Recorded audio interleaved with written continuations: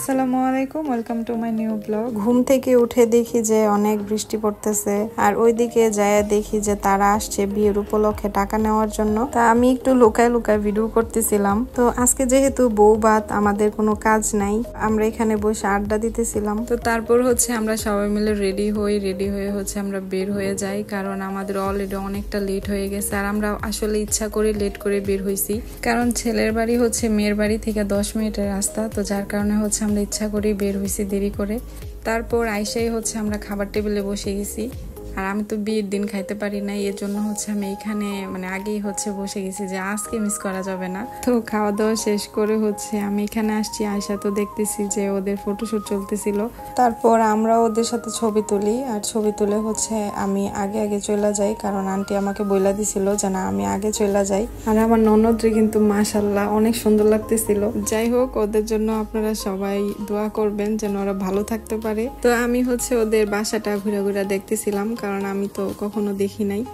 আর এটা আমার ননদের রুম, আর এই রুমটা মাশাআল্লাহ অনেক সুন্দর করে ওরা সাজাইছে। তারপর আমি এখান থেকে চলে আসি আমাদের বাসায়। আন্টি তো আমাকে আগে আসতে বলছে, এই জন্য আমি আগে চলে আসছি। আয়সা তো দেখতেছিলাম ওরা রুম সাজাইতেছিল। তা আমি আসার মনে হয় আধা 40 মিনিট মধ্যেই ওরা চলে আসে। আসার পর আন্টি ওদের মিষ্টি মুখ করাইতেছিল। আর আমার ননদ বলতেছে যে আমি মিষ্টি খাবো না, আমার একটু শরবত দাও বা একটু পানি দাও। তো বেচারি বিয়ের খুশিতে খাওয়া দাওয়া একদম অফ করে দিছে, কোনোভাবেই সে খাইতেছিল না। আসলে তার গলা দিয়ে নাকি খাবার যাইতেছিল না।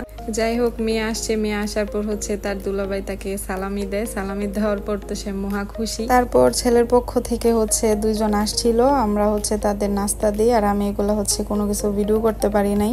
তারপর রাতের বেলা ওরা সবাই মিলে ওরা দুজনকে ধরছে, কারণ বিয়ের দিন এগুলা করতে পারে নাই, যার কারণে আজকে কইরা নিতেছে। আসলে বোনরা থাকলে যা হয় আর কি।